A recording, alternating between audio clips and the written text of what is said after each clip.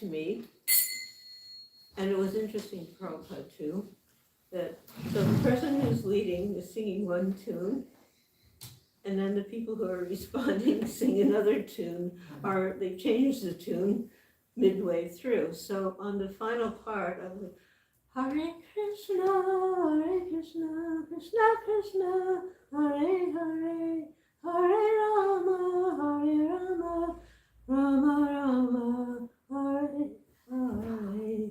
In other words, there was it goes down an octave. Anyway, Prabhupada would sometimes stop and he would say, "Listen to the chanter." And then if somebody was like, if he was chanting and somebody started playing kartals faster than he was playing, I remember Douglas started going, he would stop again and say, "Follow the chanter." So Hare Krishna.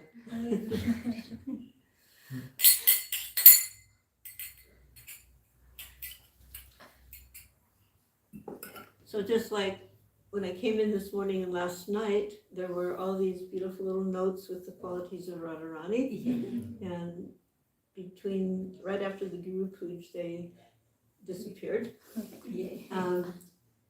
That was, nothing wrong with that. But I wanted to speak about some qualities of Srila Prabhupada.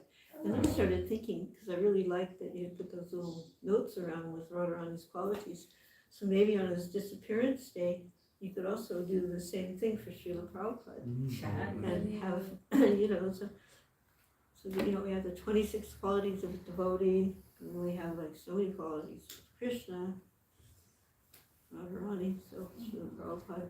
Nice. And I wanted to speak to mention a few of his wonderful qualities. And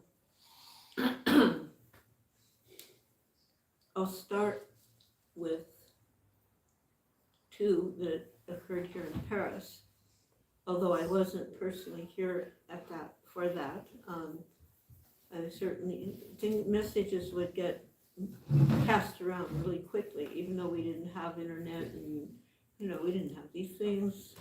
We didn't even have, in many cases, even a dial-up phone, but still the news came around.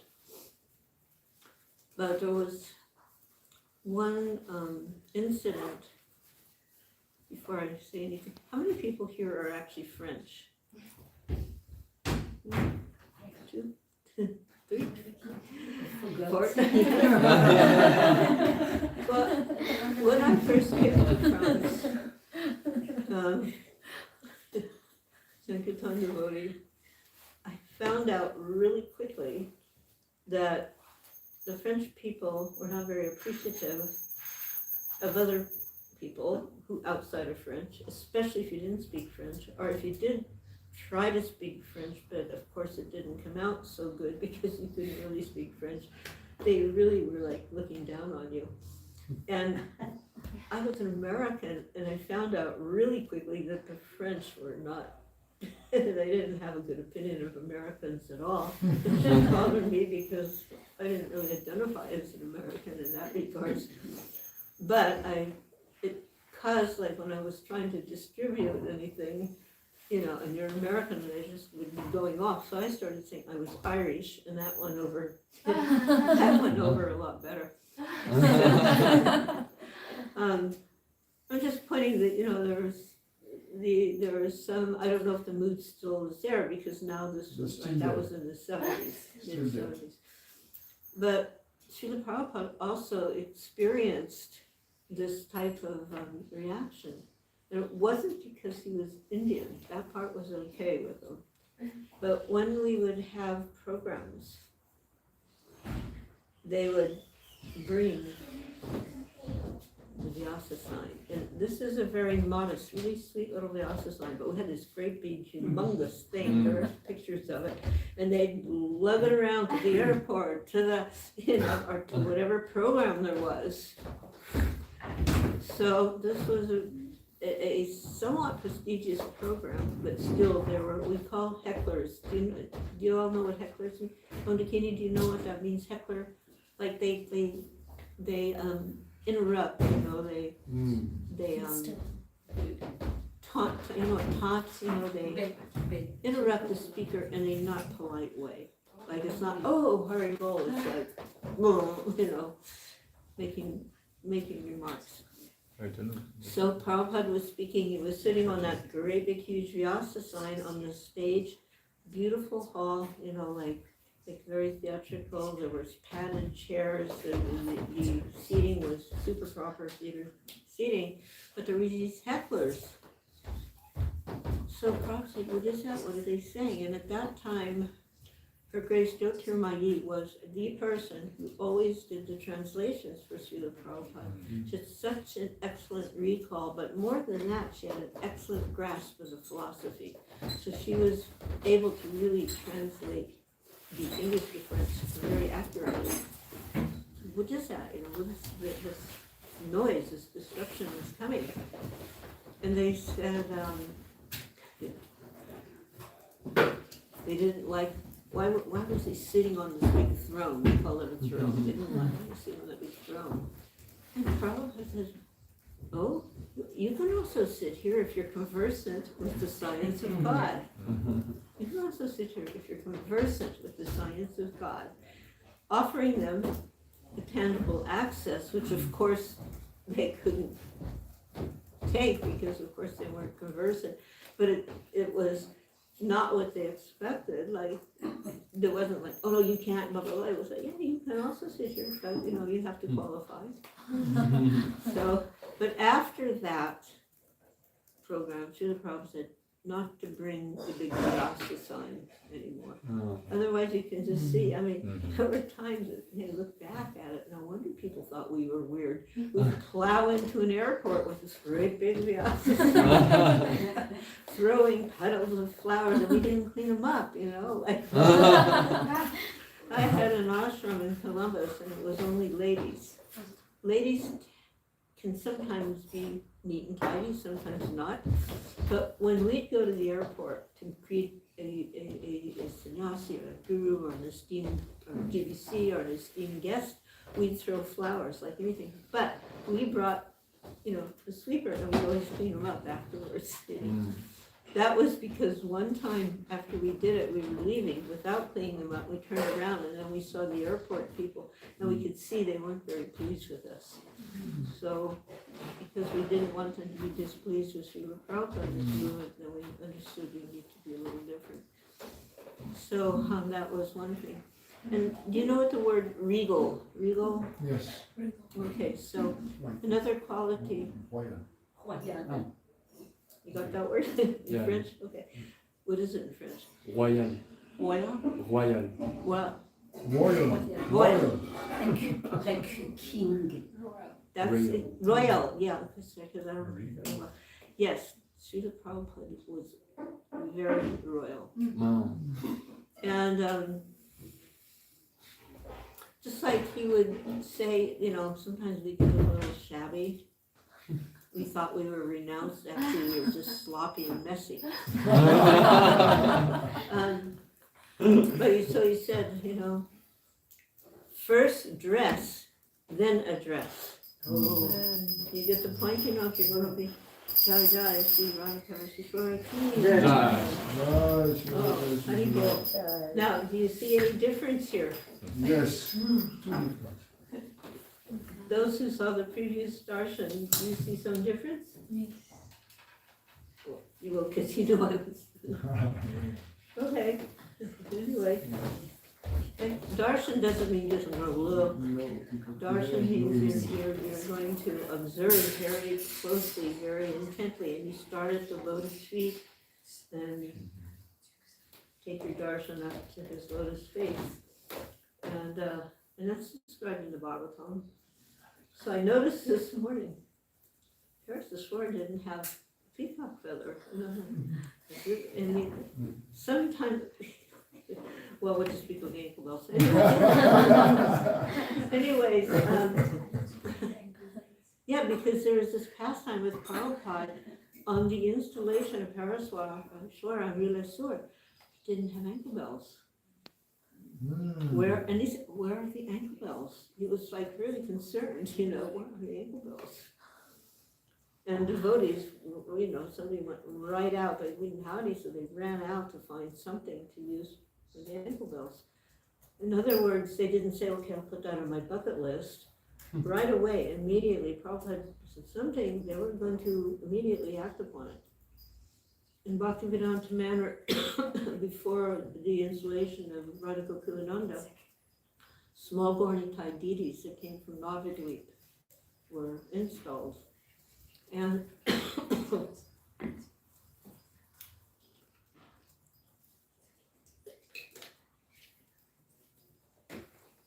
the temple room wasn't in the main room at that point. It was in a side room, smaller room. Still sizable. And Prabhupada was not there for the installation, but he had approved of it. So when he came, we were very excited. He's looking at them, and he turns to me because I was the one in charge of that kind of thing, said, because two things he said. Lord Chaitanya was not a hippie, because we had too long hair, like here, too long. So the hair should only be to here. Then he said,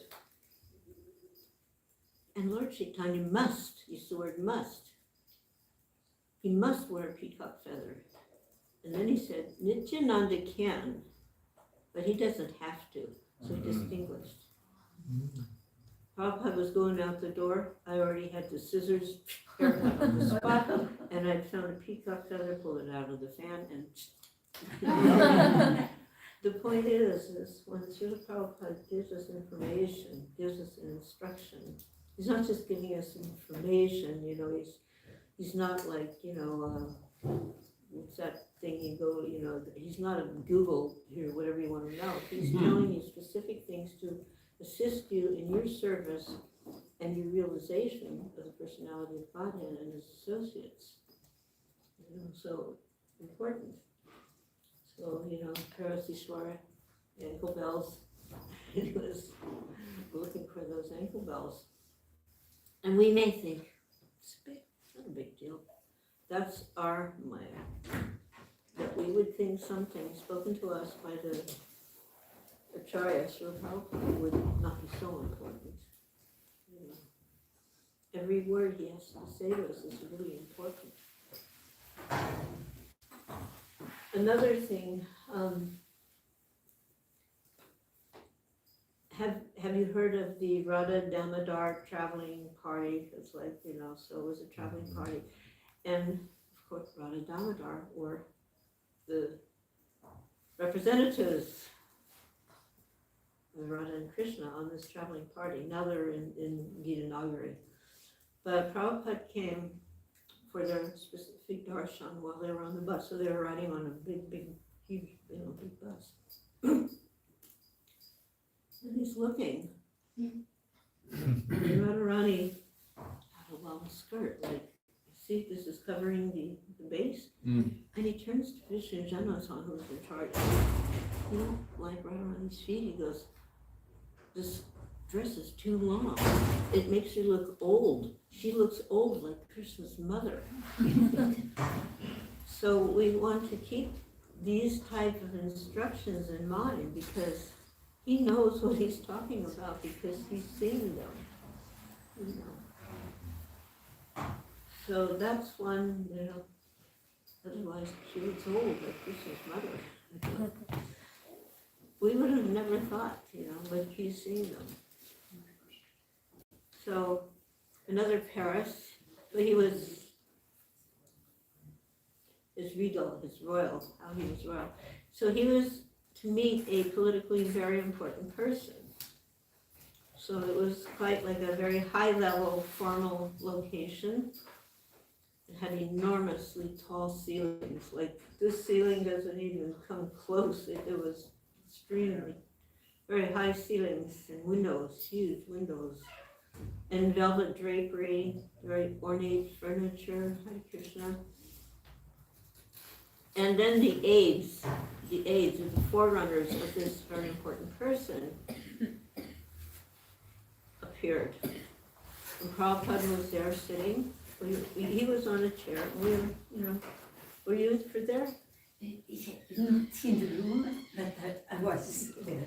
So devotees are sitting on the floor around Prabhupada. He's on his chair. The aides and the forerunner came in. And when it came time for this very big important person to come, the members of his camp stood up and they requested everyone, i.e. the devotees, to stand up, to do the same, and we did.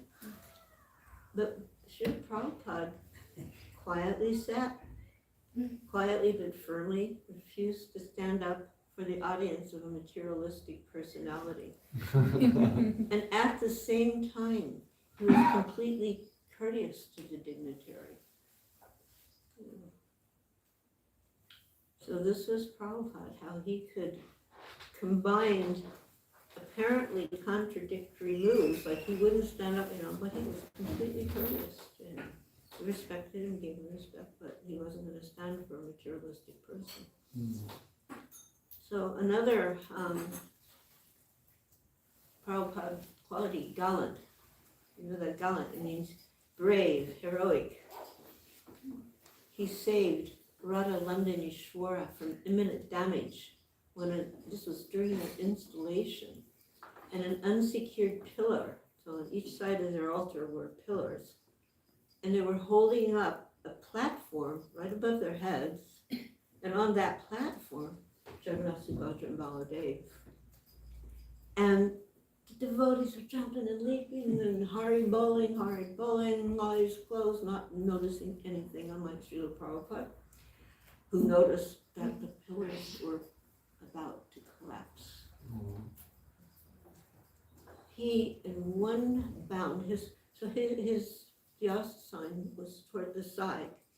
It was just like in one leap, in one bound, he was up there on that altar, holding the pillar, the most wobbly one, looking around, like, did anybody know?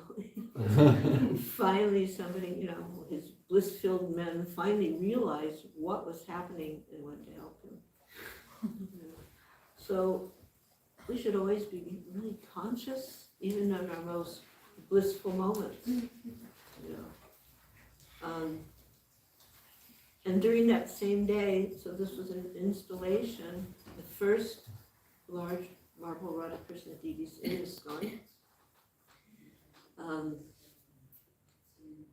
A family who had come, having noted the advertising, they came, and the exit door was at the end of the temple. And, Prabhupada's by where the altar was, but he sees this family is going to leave, and he goes, wait, and he turns to the devotees, give them some prasadam. We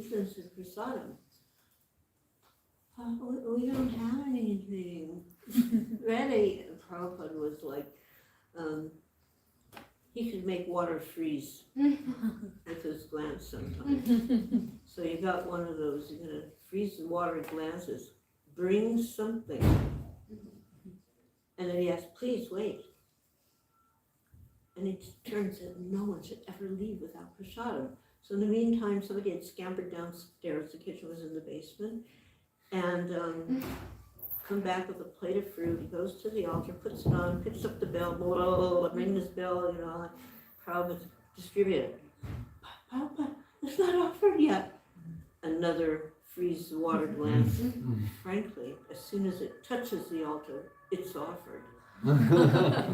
Now, it doesn't mean we can carelessly take a shortcut, but he was giving us a little insight, and we realized we weren't ringing the bell for Krishna, that was for us. That was for us.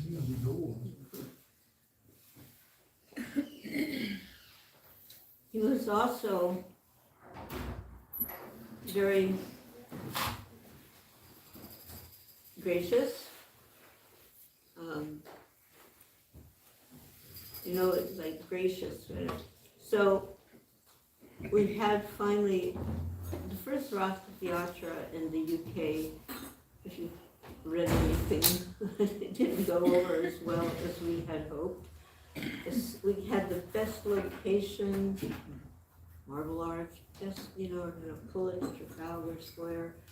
And we just got that cart, we only had one cart that year, we got that one cart rolling, and we just became a few meters, and the wheel on the side of Baladev, big wooden wheel, cracked and broke. Somehow the devotees were able to, make sure the deities didn't fall off or anything. But that cart wasn't going anywhere else that day, so the devotees bravely, each one took a deity, and they just marched on, had the procession without the cart, but with the deities. And the devotees were devastated, especially Shamsundar, who had designed and worked so hard to construct that cart. And So he was profusely apologizing, and Srila Prabhupada said, but they saw Jagannath. They heard the holy name. They got prasadam. He was, at the same time, the cart is an integral part. Prabhupada said just by seeing that cart, they can gain liberation. Just by touching the rope, what to speak if they pull the cart, But still, because they had seen the cart, it was okay, and things had gone on. One year they denied permit. So Prabhupada said, bring the cart and park it. Get a parking space, just park it. The deities will be there. It's okay, we can't have the parade, but they will see Krishna, they will see Jagannath, they will see the cart, But we can't sometimes understand the value and the importance of just being able to see the Lord when he appears outside his temple. So on this one time, so Prabhupada wasn't there for that one, but a couple of years later, he's in London for Rath Yatra. And it was one of those typical horrible, cold, wet. It wasn't raining exactly, but it was drizzly, it was cold. It was not festive at all. Everybody's lined up praying for a miracle and chanting like anything. And then the police, the gendarmes, they call them bobbies in England. The bobbies came and they said, it was supposed to start, we weren't moving. You got to start. And Prabhupada was just looking at the deities. And then they understood if he didn't move, we didn't move. He said, so tell your master, we have to start, otherwise we're stopping the whole parade. So who's going to go and tell Prabhupada, look, you have to stop your darshan and get a move on, But Prabhupada intuitively, he could see, he understood. So he turns around, and we're expecting him to get on the cart because we had made arrangements like that. But instead, he looks at the deities and he raises his arms. And then the miracle happened. Bang! There was a crack in the clouds and the sun came out. And Prabhupada, then we were expecting he'll get on, but no, he turns around and he began dancing. And because the sun was now out, his very thick woolen coat was getting too warm and everybody's in bliss, they don't notice anything what's going on. And I'm like watching this and he's taking his coat off and I scooted right up there and put my arm out, so I got the mercy of pulling his coat. And then, I took his hat off, so I got to, on the whole procession, I had that coat on my arm, a very fortunate arm. And then we got to Trafalgar Square, and they had these I don't know what the deal was, but there was something like a wooden planks from where the actual square began over to the monument where Prabhupada would be sitting and speaking. I'm looking at those planks and they looked a little wobbly. I put out my other arm, coat over here, I just put my arm out and he took my arm, it was our left arm, and we walked over to the place where he would sit. So that was quite extraordinary for me, it was wonderful. And then he was speaking, and there's a famous column that's known. It's like a landmark. This Lord Nelson's column. Lord Nelson was a admiral of some sort in the Queen's Navy, and he's famous for saying, "England, with all thy faults, I love thee." Prabhupada looked up at Lord Nelson, he said, "ISKCON, with all my heart, I love thee." So that was like quite a powerful thing for us to hear. It's not like we didn't know there were some, wobbly planks in this society. It is gone with all my heart, I love thee. And then to continue Arm Leela, it was another one. In 1972, he brought us all to India for he brought us earlier, but in 72, he brought us to Vrindavan for the first time. We didn't go buying tickets to go sightseeing. When we went to India, our mission was to serve Prabhupada's mission and to spread the Sankirtan movement. He said, now is the time to start the World Sankirtan mission, meaning in India. So we didn't go, I'm going to go to Vrindavan, I'm going to go blah, blah, blah. We didn't do that. We went wherever Prabhupada directed us.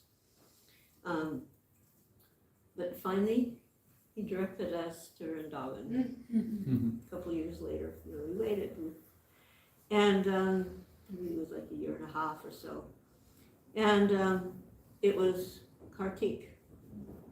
And the very famous discourse of Nectar of Devotion Discourses at the Radha Damodar temple in the Samadhi area.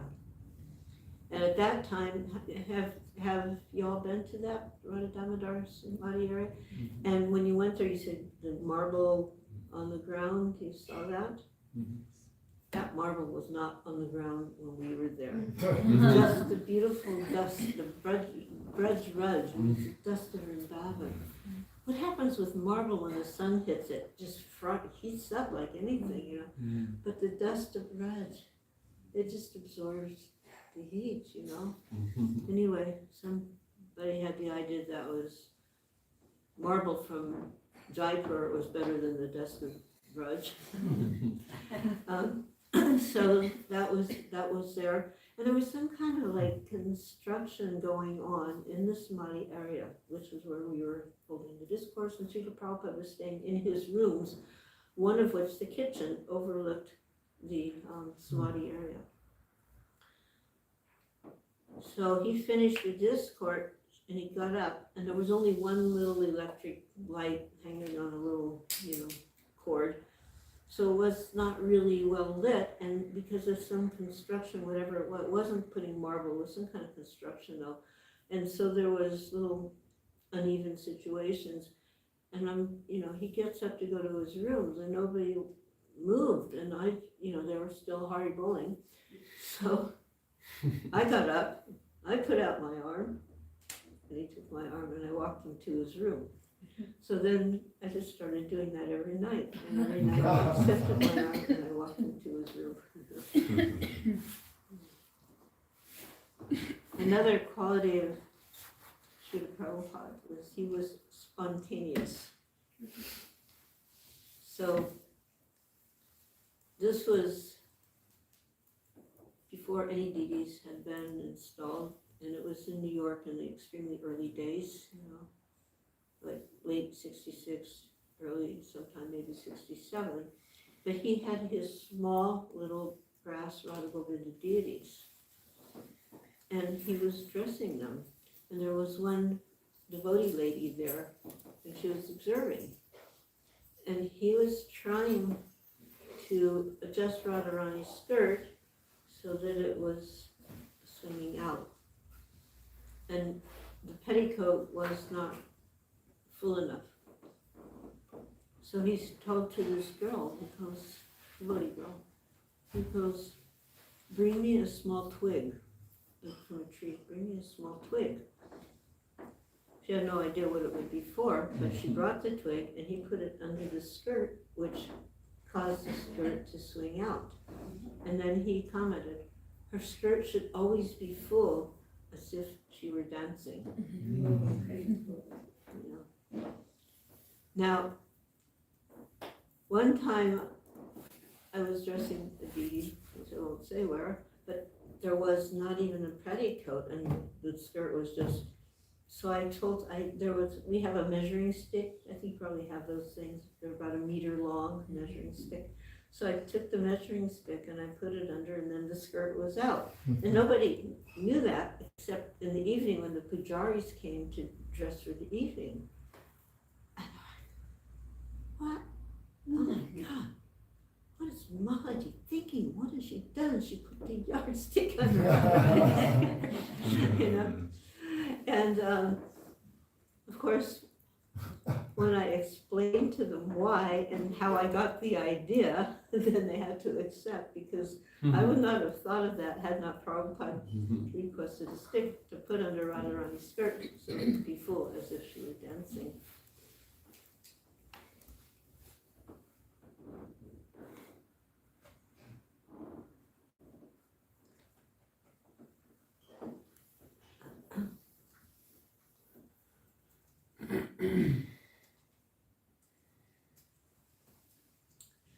So I'll tell another, you know, when we first came to London, and then it was after so much effort, we're there, but we still don't have a zip code, we don't have our own address yet.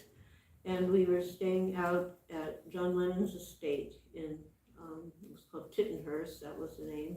And it was an area that's famous for tennis. So it was a very influential area, and Prabhupada didn't want to just sit around and enjoy the countryside, so he told the devotees to arrange a program. You know, we came here to preach, arrange a program. So they arranged a program in London at a place called Conway Hall. And because we didn't have a proper car, proper vehicle for him, we rented a car, but the way it was, it came with a driver, which was probably good, because I'm sure if any of us, except Shamsundar, had driven, there might be consequences. But Shamsundar drove, he had a funny little car. It was like a flatbed truck, little thing. So the devotees would go on that, and Srila Prabhupada would go in this car. And it was 3 days a week, this program. So it was the same car, the same driver every time. And the driver was what you could call a very typical British bloke. That's what they say, bloke. So somebody who's British, you can explain what a bloke means, but just a common guy, ordinary guy, bloke, you know. What do you call a common ordinary person in French? Let's have some word. Anyway, he was just talking about, but he's driving the car, and he never appeared to like be taking any particular interest in what we were doing. He opened the door for Prabhupada, shut the door for Prabhupada, you know. He didn't chit chat, drove that car, and he'd always be sitting at the back of the hall. So when Prabhupada was done, he'd be out there by the car with the door already open. Now it so happened that on the way back, I would also go, because I would cook for Srila Prabhupada when he would return. Very simple, usually some puris, some hot milk, maybe some little potato sabji, you know, something simple, puff rice. So myself and his servant, we would get out and get in the car before him, so he wouldn't have to wait for us to get in the car, right? So we were already in the car. Now this particular night, it was kind of an extraordinary event. In that, Prabhupada gave this lecture, which kind of like you could say was a classic. You're not the body, your spirit, soul, your servant, part and part, no Krishna. It was a classic, put it all together lecture. And after the lecture, usually when he left, devotees would have another kirtan, and then mix with the public, distribute prasadam, and you know, so that night he didn't leave. He stood up, you know, he had Jamuna lead the kirtan, which was not at all unusual. But at one point, kirtan, he stood up, raised his arms, and he started dancing. Now, I was not on the stage because I had a little baby, little girl, Saraswati, and I always sat near the door in case she'd open her mouth and the sound would come out. I was out the door before the sound came out of her mouth, so it wouldn't disrupt.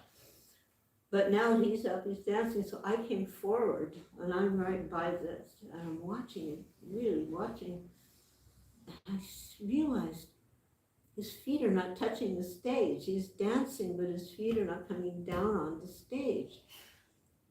And I turn around and I see that this phenomena had been noticed by practically everybody. Everybody was, including the regular audience members, who were, they were businessmen, they were hippies, they were students, very mixed audience. Old people, young people, they were all on their feet, looking at this amazing situation. And then suddenly, he ends the kirtan. He departs, he goes out to the car. Everybody's wondering what just happened, and he's acting like nothing happened. And he gets into the car, Eddie closes the door. I'm already there with Proshatam, that was the servant. So Eddie gets in the car, and he takes out his key to put it in the, nowadays, you don't even have a key. Like my car, I don't even have a key, you just push a button. But anyway, he's gonna put the key in and turn it, and suddenly he stopped, and he turned to Prabhupada. And he goes, well, Prabhupada, he kind of got the name wrong, so Prabhupada, you got a little out of control tonight, didn't you? And he nudged him with his elbow. Oh. So, Roshatam goes, oh my God, rebirth material. And then he starts to turn, he puts the key and he starts to turn it, and he pauses and he goes, but it's just like you said, this car is no good without a driver. It meant he understood the concept of the body and the soul. And without the soul, there was no life in this body, So it was just marveling how Srila Prabhupada was able to communicate in such a way that even the most ordinary British bloke like Eddie could get the message. And he never changed the message. The message remained the same, steady, Krishna, the Supreme Personality of Godhead. Yeah, and he would show concern for individuals and for the institution.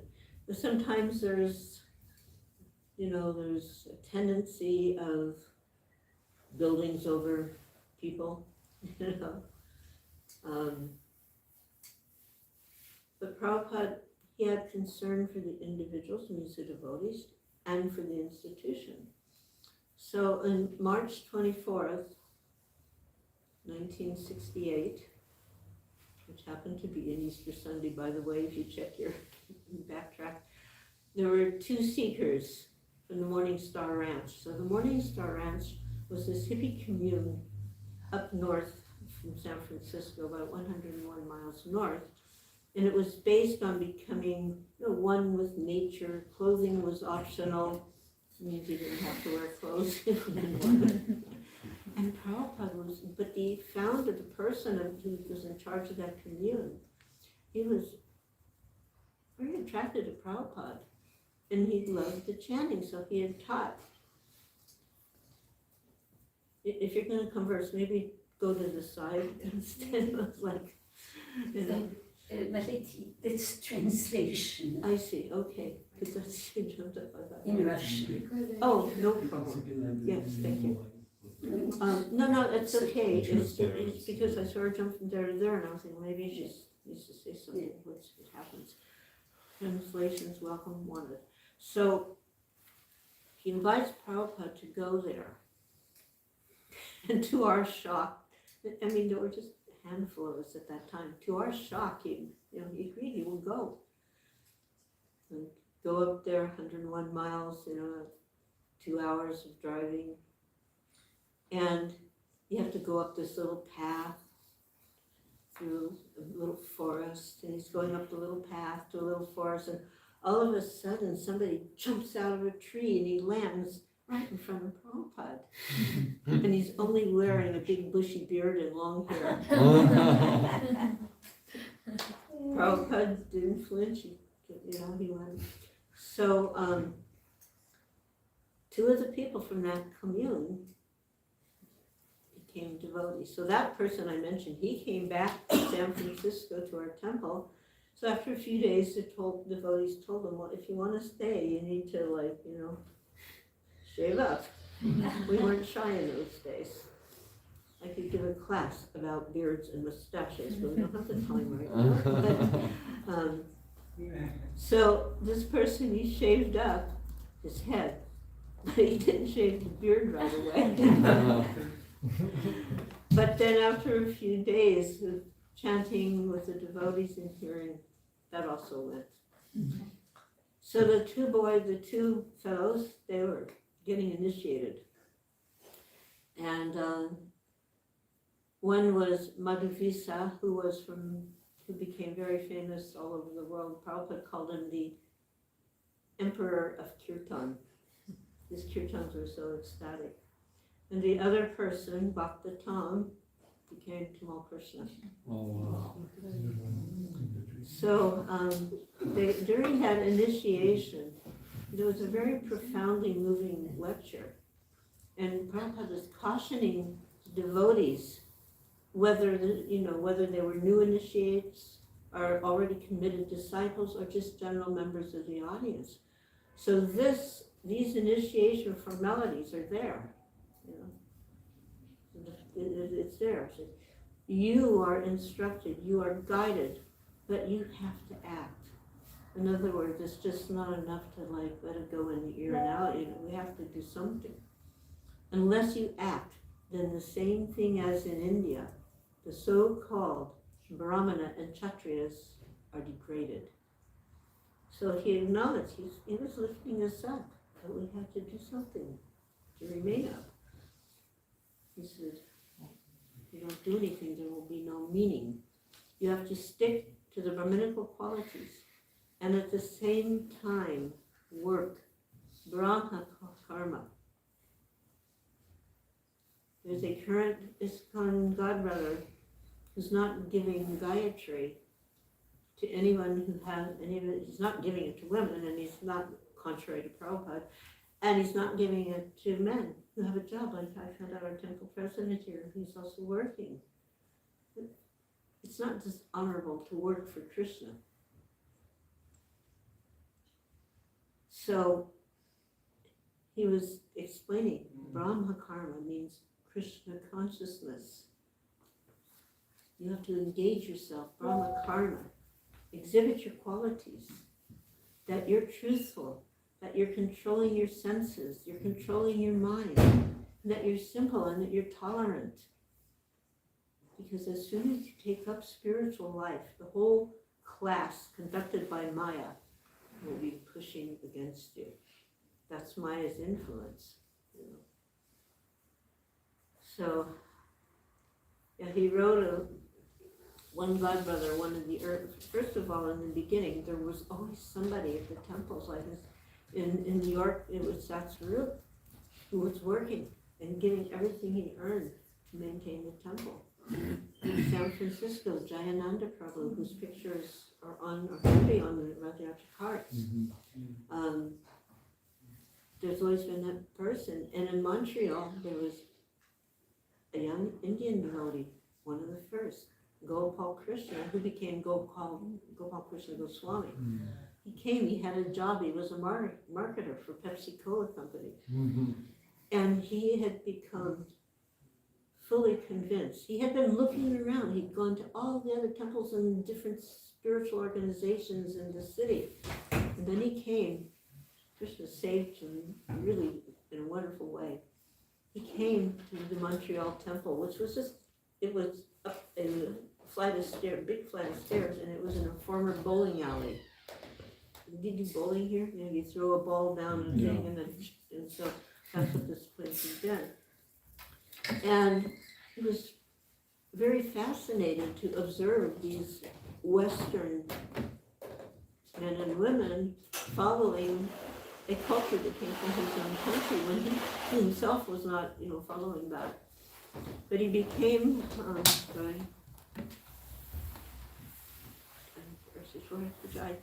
so he became, very fascinated, very interested, and he did the best thing you could do. He started doing some service, and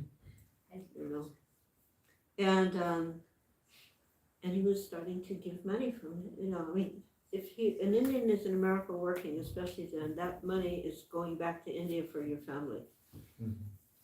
So of course that was happening, but whatever little was left, he was giving to the temple. So that he was living very simply.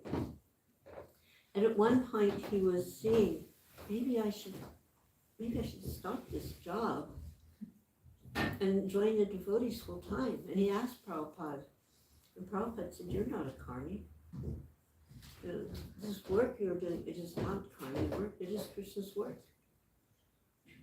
You know, because practically speaking, if he did that, the only certain income would not be there. But at the same time, because he wasn't using that income for sense gratification, that was devotional service.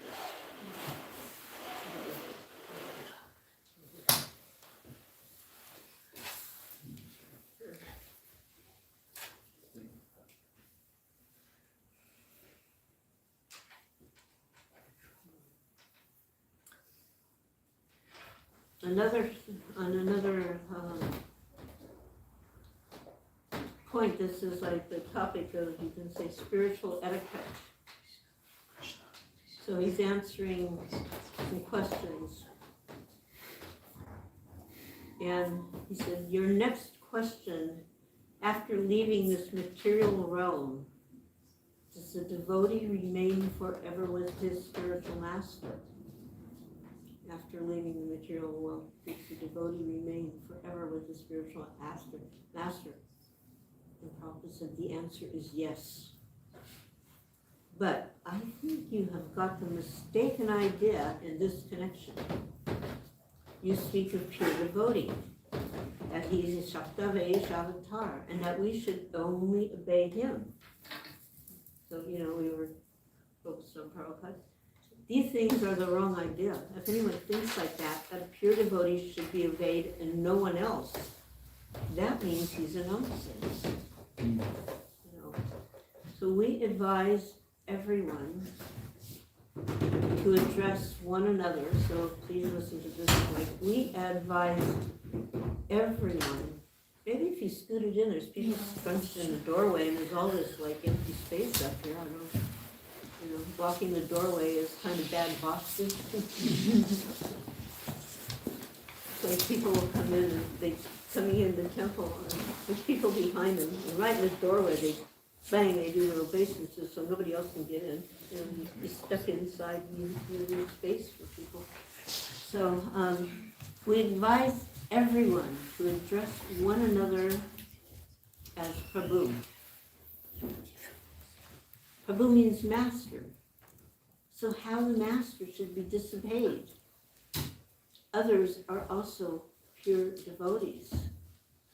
All of my disciples are pure devotees. Anyone serving the spiritual master is a pure devotee. It may be this one or that one, but this must be very clearly stated. It is not your guru or another person is the only pure devotee and not others.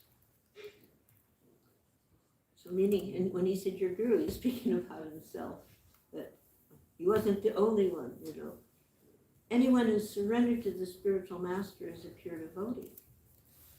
Now, the first time we heard that, it was a morning walk that we heard that we were pure devotees. It was a morning walk. And so this Bhakta Tom and Upendra were walking, and Upendra was one of his early on cooks and assistants, very sweet boy. And Bhakta Tom was still kind of, trying to figure out if he wanted to jump in with both feet. And he goes, so are there any other pure devotees like yourself on the planet? And Prabhupada, without blinking, he turns to Upendra. How many of us are there? How many of us are there? Because the question was, are there any other pure devotees on them? How many of us are there? Upendra says, well, 35 or 40. And then Prabhupada turns to Bhakta, about 35 or 40. So then wow, pure devotees. Now, you know, it didn't take us too long to figure out. I'll give an analogy. Like you have the school and there's the preschool, right? Then there's the kindergarten. And then there's the grade school, the primary school, middle school, the high school, and then if you're lucky, you go to the, or unlucky, depending how you look at it, you go to college. And maybe there's a PhD and the post-PhD graduate, every single one, right down to that little preschooler up to the PhD grad. You're a student, isn't it? You're a student. But a degree of difference from the young preschool student to the postgraduate in terms of acknowledgement and development. So we quickly realized while we may be pure devotees in the sense that we were serving our spiritual master or attempting to serve him, we were not exactly, you know, high level pure devotees yet.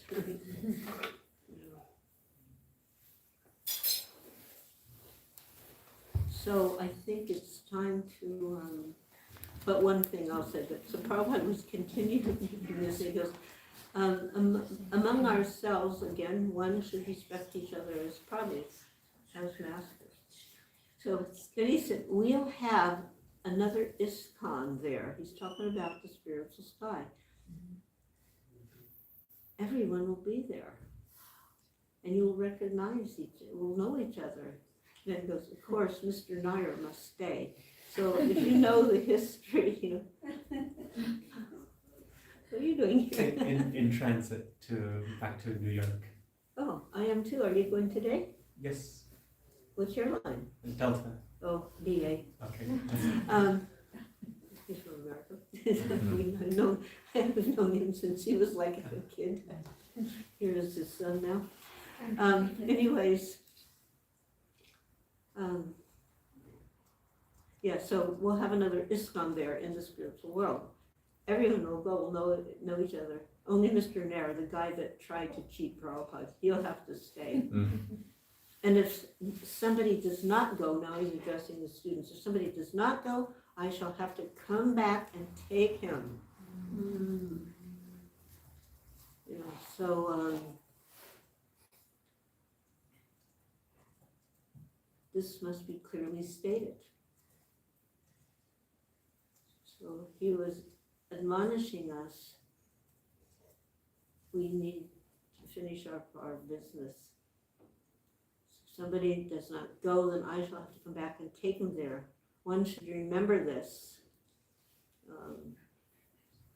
Remember this, and every one of my disciples should act in such a way that they may go with me, and I may not have to come back to take another birth.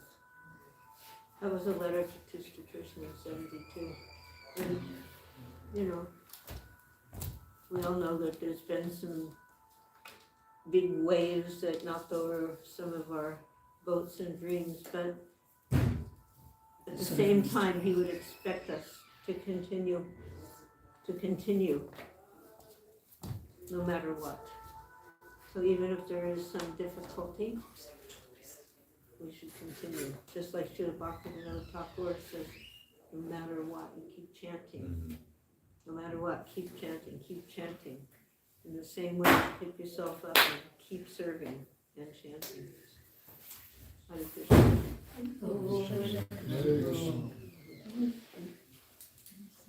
Okay, so what time is your flight? It's at 2 o'clock, so I have to leave at 11. Okay, we're also at 2 o'clock. Oh, maybe ride together? Huh? Maybe We'll ride. speak after, Okay. you know, yes. You mentioned Radha Govinda deities in New York Match District, isn't it? Yeah, the small ones, but the big ones, which ones are you referring to? I'm speaking about Prabhupada deities. Yeah, his small ones. Because I read Prabhupada Lilamrita and I thought at least it's not mentioned that his deities are there, but it's mentioned he has a picture of Chaitanya Mahaprabhu and his guru. At a certain time, he had his deities. Really? There were small, you know, there weren't anybody else's deities. Otherwise, this incident where he was dressing his deities would not have occurred. And there were no other deities at that time. So, just to ask, did he bring them from the beginning, or did he brought them later on? It may be when he came back. You know, he went After to the- India and then he came back. Yeah. Yeah, 1 year later. He brought them. I can't say, I don't want to say he told me to, you know, just because this person is not serving Prabhupada anymore and she went away to somebody else, but, you know, I was told by the person, Yes, yes. you know. And the main thing was, forget the other detail, was how Radharani's skirt should always appear full as if she's dancing. So the important part there was the instruction about These little deities, they are in Manhattan, in Brooklyn now, isn't it? I don't know, those deities are larger. Yeah. I don't know where they are. Because No, they were small deities that he had. They were small artificial deities. because I went to the Govinda G temple in Brooklyn a year ago, and the pujari told me the little deities he would worship were the deities of Prabhupada. It may be then, but I wasn't specifically aware of that, so I will check with. It's just, but I'm No, It's there's just there's not all kind of mentioned. mystical things yes. that occur within, you know. You was like, what? You know, so many wonderful mystical situations that occur. Thank you. The most mystical one is that we're all here, and this one is still growing.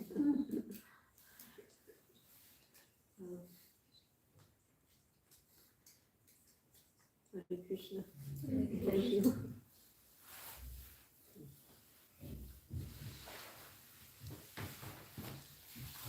And maybe I can ask you one more question.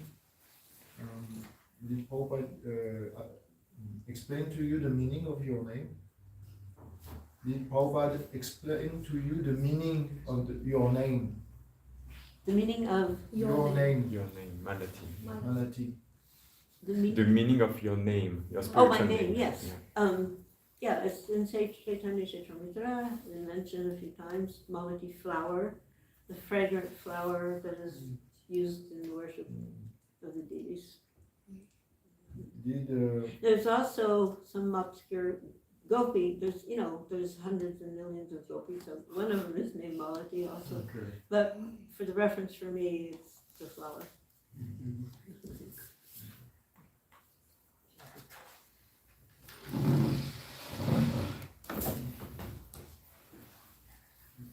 Do you all know Damodar Mahajan? This is Damodar Mahajan. And he grew up in ISKCON. His father and mother, my godbrother and godsister.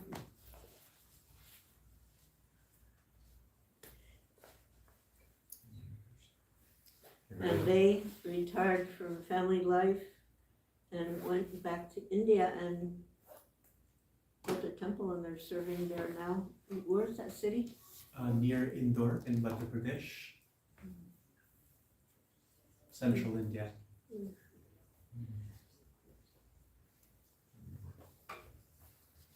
His father was the temple president and guide for the Tualatin, New Jersey temple for decades. You know. 2 brothers, 2 sisters, and they grew up worshiping Radha and Krishna and Srila Prabhupada.